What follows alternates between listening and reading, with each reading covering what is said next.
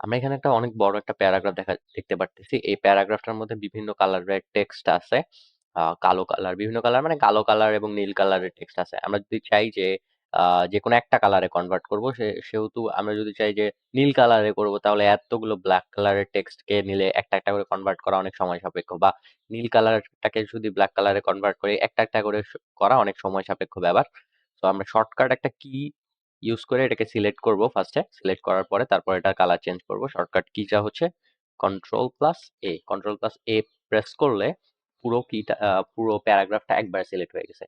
তারপরে আমরা এই যে উপরে দেখতে পাচ্তেছি যে আহ, এই কার্সরটা এখানে রাখলে এখানে আমরা দেখতে পাচ্ছি যে ফন্ট কালার, এই যে অপশনটা, এটাতে আমরা যদি ক্লিক করি, ক্লিক করার পরে এই যে ব্ল্যাক ডিফল্ট যে কালারটা থাকে ব্ল্যাক, এই ব্ল্যাক কালারটা আমরা সিলেক্ট করলাম, এন্ড বুম, প্রত্যেকটা টেক্সটের প্রত্যেকটা ওয়ার্ডের কালার ব্ল্যাক হয়ে গেছে। তো শর্টকাট কি এই কিটা ইউজ করে যত বড় প্যারাগ্রাফিক হোক না কেন, সে প্যারাগ্রাফটাকে একবারে আমরা সিলেক্ট করতে পারবো, সিলেক্ট করে যে কোনো কাজ করতে পারবো।